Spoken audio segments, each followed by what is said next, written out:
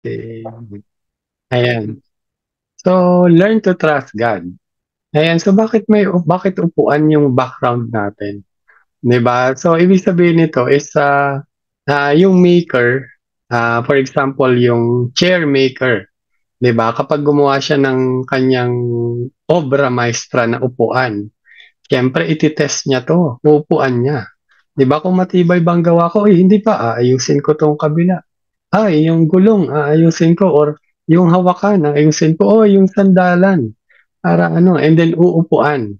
'Di ba? Gano'n naman talaga kapagka ano, hindi mo puwedeng basta i-release, "Okey, ito na yung invention ko, sige gamitin 'yan, maganda 'yan, okey na 'yan, 'di ko 'yan tinest pero maganda 'yan." 'Di ba? Hindi mo naman puwedeng sabihing gano'n. But as a creator, 'di ba? We are all being tested as a creation. 'Di ba kaya nga nandun yung tiwala. So ikaw ba, uupo ka sa isang upuan na hindi ka nagtitiwala? Na ang tingin, naku, uupo pala ako dito, kita ko na yung ano, yung paa niya mukhang bibigay na, ba't uupuan ko pa?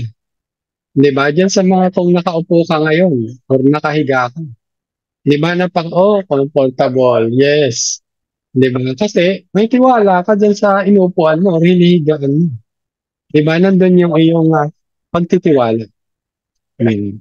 So ganun din ang pagtitiwala natin sa Panginoon. 'Di ba? Tayo ay pinagkatiwalaan niya na, "Okey, gawa ko 'to, matibay 'to, ayos 'to." 'Di ba? Upuan man 'to ng 100 kilong mama, hindi 'to babagsak.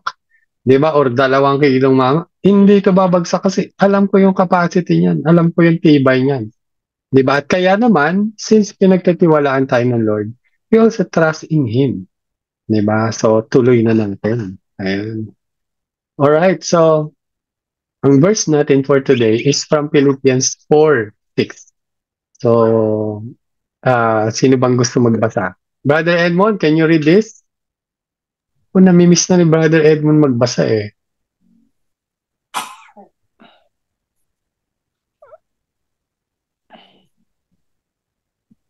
Ay, Oh, baka wala na si Brother Edmond. Sige, Brother Ren, ikaw na lang. sige. Philippians 4:6. Don't worry about anything, but pray about everything. With thankful hearts, offer our prayers and requests to God. Amen. Thank you, bro. Ayan, so yun pa lang, no? Verse pa lang is sigurado na. Don't worry about anything. Ano ba yung pinag-aalalahanan mo? 'Di ba? But pray about everything. 'Di ba? Kung may temptation ka na mag-worry, pray agad. 'Di ba? As a follower of the Lord, it's our first instinct. Yung impulse natin, alam mo yung pagka mapupuwing ka, iiwas mo yung mata. First impulse natin is to pray. Naku Lord, magkakaganto, pray agad, tulungan mo ako. 'Di ba? Or naku Lord, may ganito kami ano, naku tulungan mo ako or help mo ako, give me strength, wisdom. 'Di ba yun yung ating unang reaction? 'Di ba yun yung unang response natin when it comes to may dadating na ipag-worry natin? 'Di ba? And mas maganda yung sunod. With thankful hearts, offer up your prayers and request to God. 'Di ba? Hindi pa nga dumadating Lord eh. Hindi, nag-aalala pa ako, nandito pa ako eh. Sa ano eh, wala ano eh, pagka-thankful ko. Pero sabi dito is, magpasalamat ka na. Why? Because of your faith na you have a big God. Di ba? He's an awesome creator of the universe. God. And that request, do you think hindi niya kayang ibigay? Di ba? Eh yung anak niya nga na nag-iisa. He died for you to save you from your sins, from our sins. 'Di ba, na ibigay niya, eh how much more pa yung hinihingi mo, 'di ba? Eh isang pitik niya lang kaya niyang ibigay kaya you should thank him agad. 'Di ba kahit hindi pa nangyayari because all our prayers have answers. 'Di ba? Naalala niyo yung yes, no, I have something better for you and wait, 'di ba? So may answer lahat, 'di ba? So, napakaganda na magpasalamat. Kaya nga napakaganda ng thankful heart attitude na kahit hindi mo pa alam kung ano yung mangyayari sa future, alam mo na nandun na si Lord. Kasi kita niya yun eh. Alam mo na may gagawin na si Lord. Alam mo na you will be amazed. Di ba? Dahil nandun si Lord. Kasama mo siya. And it will be kumbaga mind-blowing because the Lord is there. And He will uh, magtatagumpayan natin yun. Amen? Ayan, so, sabi nga ni Paul, don't worry about anything but pray about everything. With thankful hearts, offer your prayers. So, inulit niya lang. Then, because you belong to Christ, ikaw yun, lahat tayo, di ba, as we accepted the Lord, because you belong to Christ, Jesus, God will bless you. Di ba? Kita mo to, kaya nga magpapasalamat ka na eh. Because God will bless you with peace. Kasi, Lord, alala ko to, ganito, may sakit ako, ano kayong mangyayari sa akin, di ba? We're tempted to worry or, nako, may bayarin na naman ako, ano kayong gagawin ko? Pero yung peace na yon, God will bless that peace to you. It will be given to you. Why? Because of your faith in God. Di ba na alam mo na ang Lord natin ay promise keeper. Ang Lord natin ay matinding sandigan natin. Di ba? Cornerstone and the most powerful creator of the universe. Di ba? And this peace that no one can completely understand. Di mo ba? Ito yung peace that surpass all understanding. Di ba na kahit sa mga testimony no? Sa mga testimony natin, parang mapapansin mo ba na may mga pinagdadaanan tayo? Na may mga kapansanan tayo na nagpapasalamat sa araw-araw? Ilan kayang tao ang pagising pa lang aligagana na, oh, naku, magsasayang na ako, naku, magluluto na ako, papasok ng mga bata, di ba? Maraming mga inisip, pero tayo, na nagpagising pa lang, Lord, thank you for today. Oh, ang sarap huminga. Thank you, Lord, may mission pa ako today. Oh, thank you, Lord, may chance pa ako na mag-repent sa aking mga kasalanan today. Oh, thank you, Lord, at may nahigaan akong bed. 'Di ba? Or may unan ako, or hindi ako nilamig, or hindi ako nainitan. Sa magdamag, thank you, Lord, nakatulog ako. 'Di ba? Mas malalim pa dyan yung peace that surpasses all understanding na talagang may kapayapaan ka pero hindi mo maintindihan. 'Di ba? Because of your faith in God. 'Di ba? Na alam ko, ngayon hindi pa nangyayari pero alam ko si Lord, He is at work. He is in control of this situation. 'Di ba? Kaya napakasarap na magpasalamat agad sa Kanya. 'Di ba? In all our circumstance. Ayan. So, ang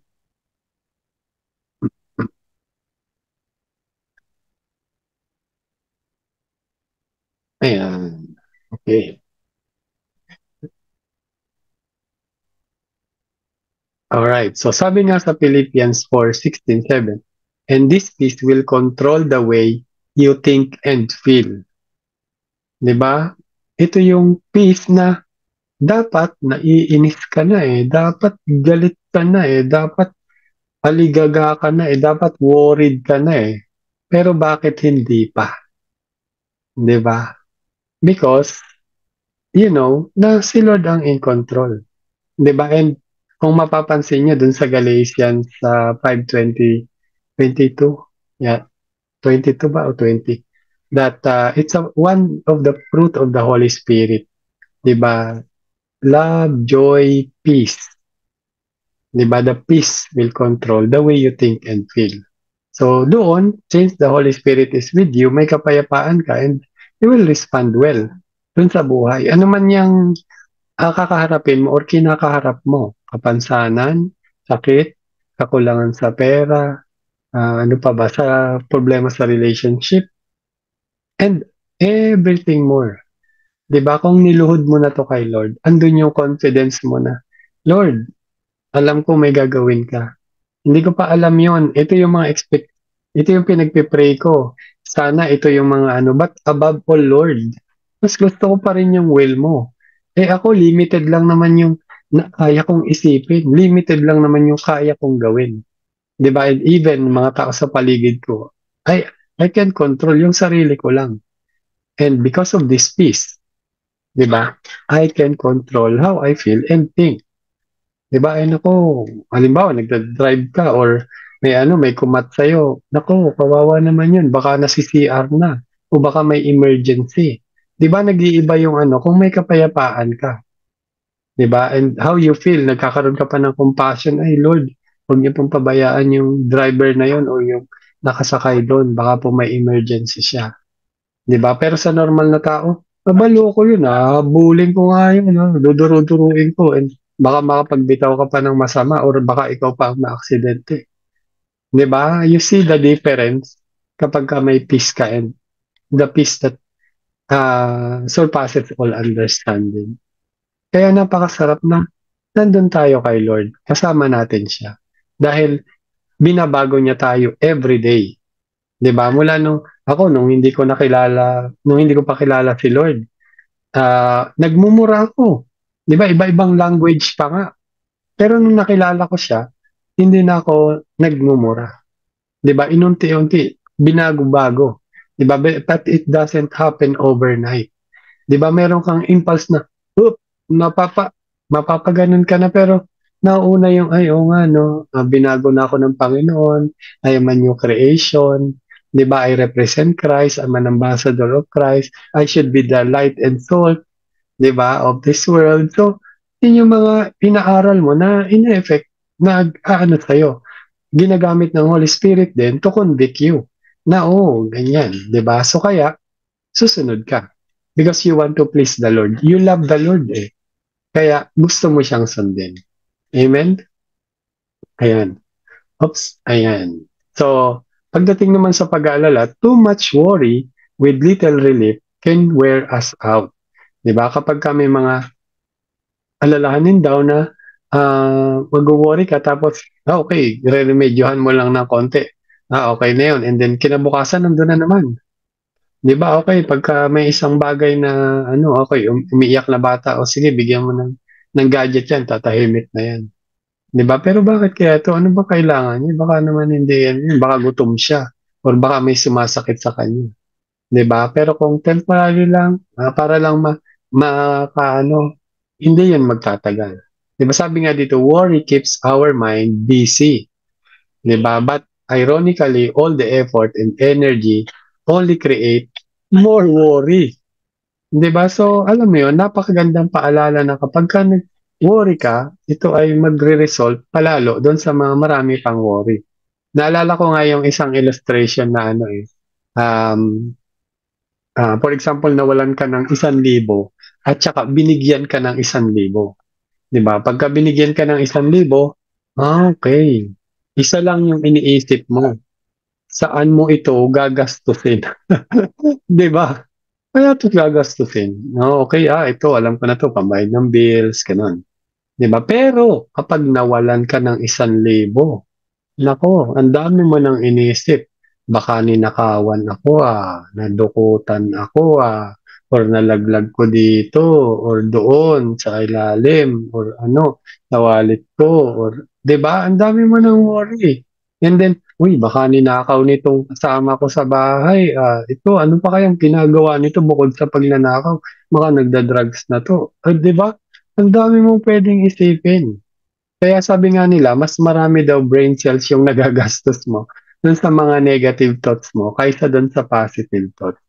Kaya para makatipid ka daw sa brain cells, do not worry. 'Di ba? But ano dun, it's kidding aside, is only continue to trust the Lord. 'Di ba? Kasi kapagka nag-worry ka, mas lalo kang mag-worry. 'Di ba sunod-sunod 'yun? Pero kapagka nag-pray ka na, na-i-cast mo na 'yun kay Lord, 'di ba sabi naman ni Lord, "Cast, 'di ba, your burden to me and I will give you rest." 'Di ba? So, pagka binigay mo na sa kanya, kailangan may peace ka na. Tanggapin mo na may gagawin si Lord. Tanggapin mo na nasa kanyang department na 'yon. Lalo na kapag ginawa mo na lahat ng best mo, 'di ba? And God will do the rest. Amen? Ano pa pagka nag-worry daw tayo? So sabi nga dito, one medical expert says we create about 30,000 thoughts per day, and an uncontrolled thought life creates a perfect environment for ano, needless worry to thrive. 'Di ba? Nakalagay dito, needless. Hindi naman kasi natin kailangan na mag-alala. Kumbaga, may mga maliliit na bagay lang yan. Pero pinalalaki natin kasi, oh, baka ganito mangyari, pag ganito yung ginawa ko, ganito yung binigay ko, ganito yung ano ko, ang dami, di ba? But sabi nga dito, needless. Hindi kailangang mga pag-aalala. Di ba? Kasi nga, di ba sabi nga ni Lord Jesus, hindi mo naman ma-extend ang buhay mo sa pag-aalala eh. 'Di ba? Baka mas lalo pa nga mag-shorten kasi you might try to do bad decisions. 'Di ba? Kaya with peace, 'di ba? Kaya you have try to pray about it and surrender it to the Lord, 'di ba? And yun yung ano mo na peace that surpasses all understanding. Okay? Ayan. Tuloy natin. So sabi nga sa Corinthians 10:5, that's why we must learn to take captive every thought to make it obedient to Christ. 'Di ba? Ito yung aim natin eh. 'Di ba? Siguro lahat naman tayo, we are follower of Christ. 'Di ba? And being a follower, you obey. Given na yun, it's logic. Follower ka ba ni Lord? Oh, so ibig sabihin obedient ka. 'Di ba? Given na yun, it's logical. I don't know. It's like 1 plus 1 equals 2. 'Di ba? Kung follower ka ni Christ, you obey, you obedient. 'Di ba? So, as ano is you take captive every thought you make. So kung may mga uh, thoughts ka, negative thoughts na pwedeng mag-provoke sa'yo to sin or tempt, kailangan ano mo na siya. 'Di ba? Kasi you are an obedient follower of Christ. 'Di ba sabi nga dito, countless things can spark of worry. Sobrang dami na pwedeng mag-spark of worry. Kahit nga lang, nandito tayo. Pwede tayong worry. Alam mo kung bakit? Nako, baka bumagsak tong bubong. Oh, baka tong wall na to bumagsak sa akin. Nako, baka araw na araw, baka tamaan ako ng kidlat. Di ba? Ang dami mong pwedeng isipin. Talagang countless. Di ba? Uy, baka biglang may pumasok dito na hayop. Ang dami mong pwedeng isipin. Di ba? But the very basic cause of worry is reluctance to trust God. Di ba? Yung ating pag-deny na magtiwala sa Panginoon. Di ba? Ay, ayoko magtiwala. Parang ganun yung sinasabi natin. Reluctance, ibig sabihin nun ay lacking of trust. Di ba? Ang kakulangan ng pagtitiwala sa Panginoon to take care of the situation in our lives. 'Di ba? Na hindi ka nagtitiwala sa Panginoon. Kaya nagwo-worry ka kasi dalawa lang naman 'yan eh. Kumbaga right or left lang 'yan. Make or break. 'Di ba? Yes or no. Magtitiwala ka ba? Hindi muna today, Lord. Ako muna. 'Di ba? Or titiwala ka na, oh yes Lord, tinitiwala ko na sa iyo kaya okay, at peace na ako. Upo na lang ako dito. Nagawa ko na yung mga dapat kong gawin. I will just wait for your department to ayusin yung sitwasyon ko. 'Di ba? So, surrender kay Lord. So, nandun yung pagtitiwala mo sa Panginoon na gagawin niya yung will niya doon sa sitwasyon natin.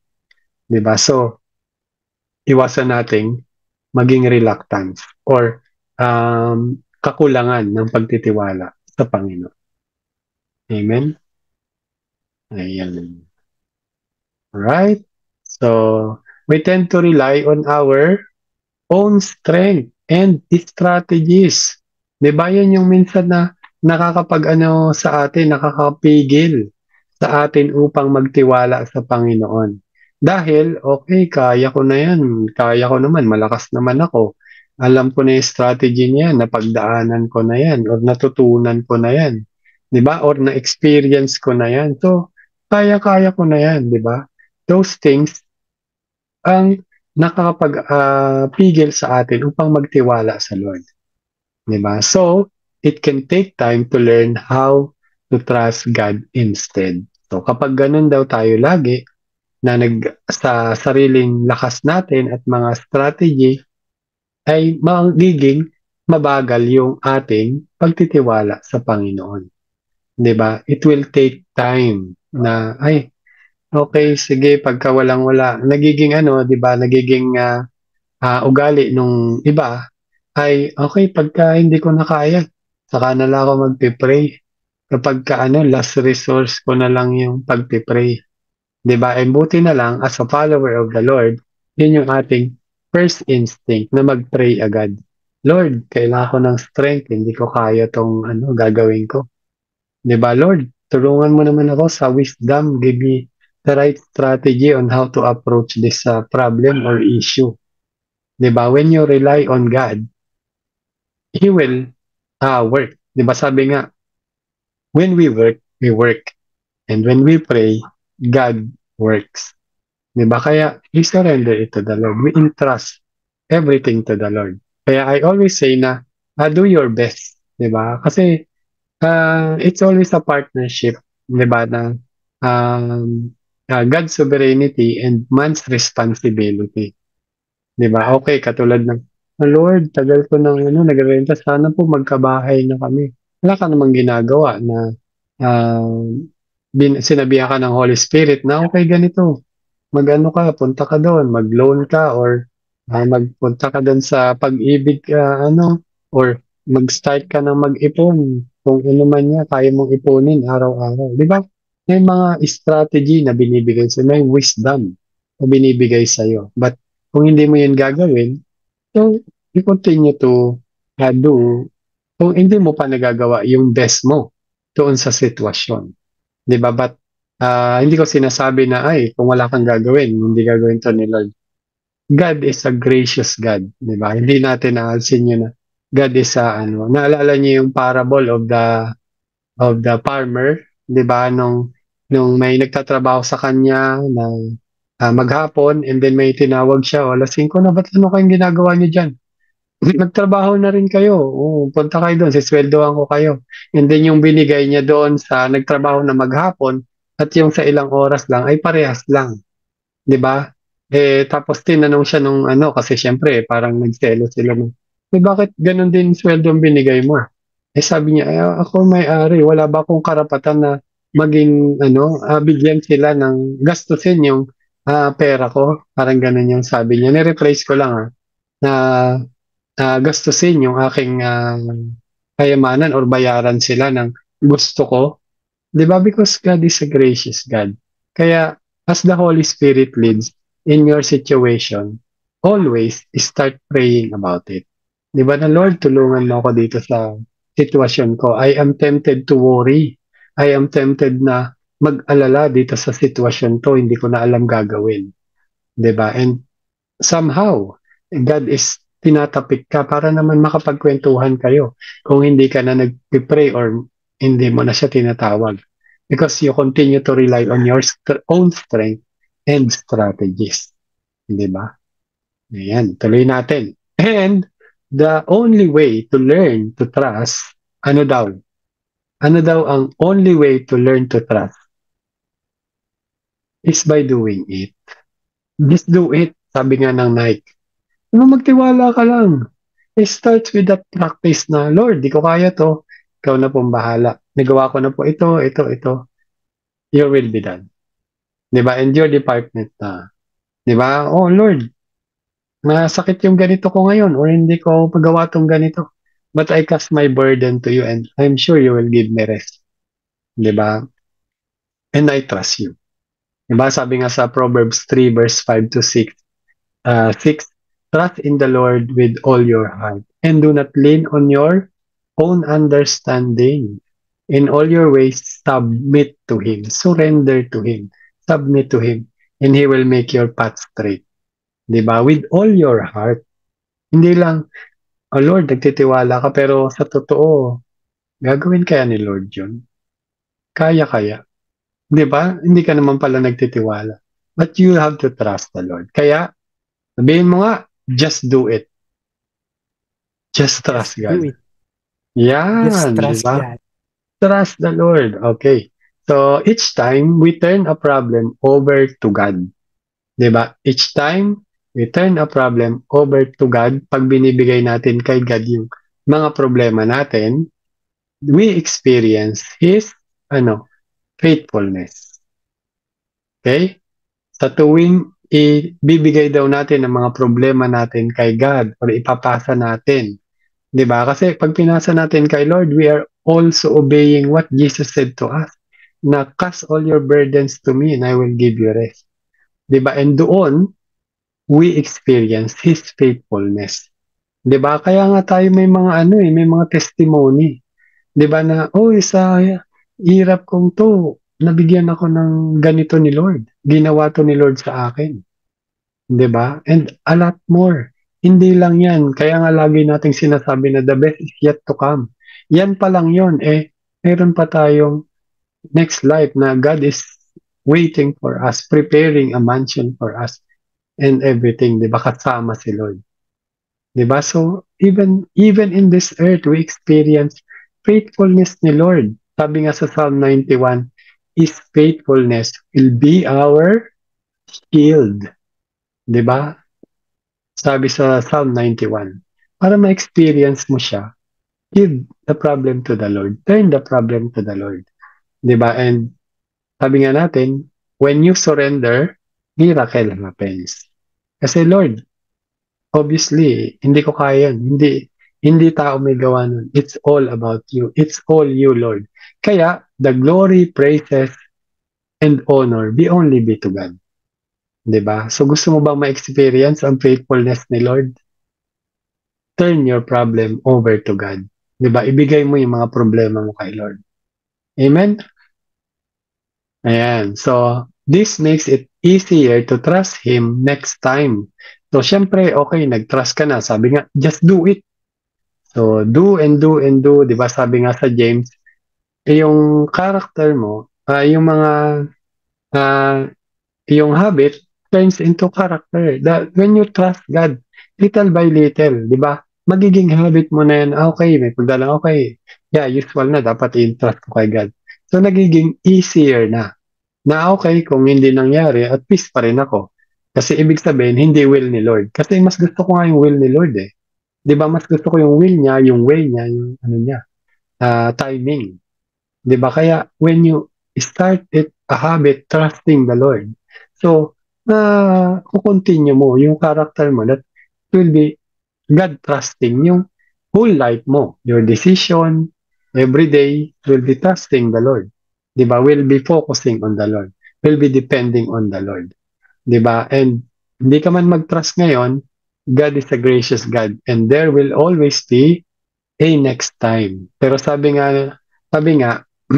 kapag ka daw pinagdadaanan mo pa yung iyong problem na yan, ulit ng na may negative impact sa'yo, ibig sabihin, hindi mo pa natutunan yung aral na yun. Kaya, uulit-ulitin mo yun. Kahit pa ba, okay, araw-araw ka nandyan sa sitwasyon na yan. Halimbawa, ako, nasa wheelchair ako everyday. Kung hindi pa ako nagtatrust kay Lord na, Lord, alam ko someday dadating yung healing sa akin or otherwise uuwi rin ako diyan kasama mo and I will papalitan mo to ng glorified body. 'Di ba? Nandun yung pagtatiwala mo kay Lord. 'Di ba? And kahit hindi mo gawin yon, the next day may opportunity ka uli. 'Di ba? Kaya nga kanina nagpapasalamat tayo naman. Hininga pa tayo every day, 'di ba? It's always an opportunity every day to go back to God, to trust God, to repent for our sins, to serve Him. Kung hindi ka nag-serve kahapon, 'di ba? To be transformed, to have the opportunity to be transformed by the Lord, to be molded by the Lord for today, 'di ba? And to the next mission na ipapagawa niya sa iyo. 'Di ba? Oh, you see how gracious God is. 'Di ba? Kaya alam mo 'yun, we have no excuse not to trust Him. We have no excuse not to follow Him kasi binigay na sa atin ang lahat. 'Di ba? Not in our own standard, but in His. 'Di ba? Like we always said, this life is not all about us. It's all about Him. So trust Him. And sabihin natin, just do it. Okay?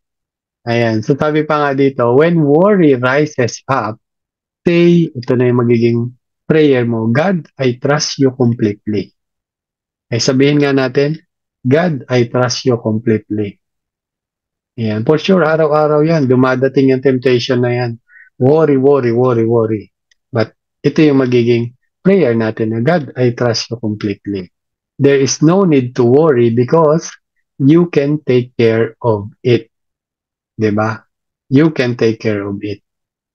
Diba? So, kapag sinabi mo yun, so dapat at peace ka na. Diba? For example, lahat naman tayo mga dumaan sa pagkabata. Pag sabi ng tatay mo o ng nanay mo, manangalahanin yan anak, ako nang bahala. Di ba nandun na yung, okay, praise God, thank you Lord. Parang naalis sa'yo, nabunutan ka ng tinik. Pag sinabi sa'yo, ako nang bahala. Katulad din ito sa ating Ama sa Langit. Di ba? When you say that, God, I trust you completely. Completely 100%. Walang halong duda. Di ba? So, on that, magigain mo yung peace that surpasses all understanding. And sabi pa nga dito, the more you acknowledge this truth, the easier you'll find it to fix your mind on trust rather than worry. Di ba? Kailangan maintindihan mo to at ma-acknowledge mo, matanggap mo sa buhay mo, sa pag-iisip mo. Di ba? That if you trust God completely, mapopokus yung mind mo doon sa pagtitiwala sa Diyos kaysa sa pag-worry. Amen? Alright. So, ito naman yung ating reflection. So, bago tayo magpunta sa discussion, did you know that God trusted you? That's why He allowed you to undergo that trial? Ano man yung trial na pinagdadaanan mo, God trusted you. Katulad ng pinagkwentuhan natin kanina sa upuan, 'di ba? Ginawa ko to, pinatibay ko to, dinisign ko to for this tibay. Kumbaga sa ano bang kumbaga sa cellphone, matibay na matibay to. 'Di ba kahit padaanan mo to ng sasakyan or ibato mo to sa matibay to. 'Di ba? Kasi alam ni Lord yung ginawa niya, yung capacity ng kanyang gawa. Kaya pinadadaan ka dyan sa trial na yan kasi alam niya na ikaw ay matibay. Alam niya na kakayanin mo. And alam niya na ikaw ay magiging proud si Lord sa'yo because mapagtatagumpayan mo yan. Not on your own strength, but to the designer, to the creator, to the powerful creator of heaven and earth who designed you. Diba? And there are verses here na pinagtitiwalaan tayo ng Panginoon, katulad ng He trusts us with the stewardship of the world. Diba? Sabi sa Psalm 8:5-8, ultimately with the possession of His kingdom. Sa Daniel 7:18, 22 and 27. And even judging the world and angels sa 1 Corinthians 6:2-3. Diba? And living in us, He gave us wisdom and competence to begin making sound decision now. Diba? So, hindi mo ba alam na kumbaga high quality ka? High class ka kaya God allowed you to pass there sa trial na yan. Diba? And ang pinakamaganda nito, in those trial, kasama natin ang Lord. Diba? Kasama natin siya at hindi tayo nag-iisa. Diba? Kaya sabihin mo sa sarili mo na I was chosen by God to undergo this trial because He loves me and He gave me an opportunity to be used by Him. Diba? To accomplish His plan and will in this world. Diba? Kaya magtiwala ka kay Lord. The trust that He gave you is the trust that you will give back to Him. Diba? Because we have a relationship with the Lord. Andun yung nagtitiwala tayo sa isa't isa. Diba? Nagtitiwala tayo kay Lord and tayo rin pinagtitiwalaan ni Lord. Kaya we don't lose that trust. Diba? Na ano man yung pagdadaanan mo or pinagdadaanan mo, entrust it to the Lord and believe that He will do great, amazing things through us, in us, and with us. Amen? Amen. That's good. Amen. Amen. Alright. Amen. So, yung take home naman natin ay, you are stronger than you look. Sabihin mo nga sa sarili mo, You o are kaya, stronger than you stronger look. than you look. Diba? And if God is for us, who can be Oh, I against us? can. Amen? So, Amen. tingnan mo na itsura mo, you are stronger than you look. Diba? Yes. So,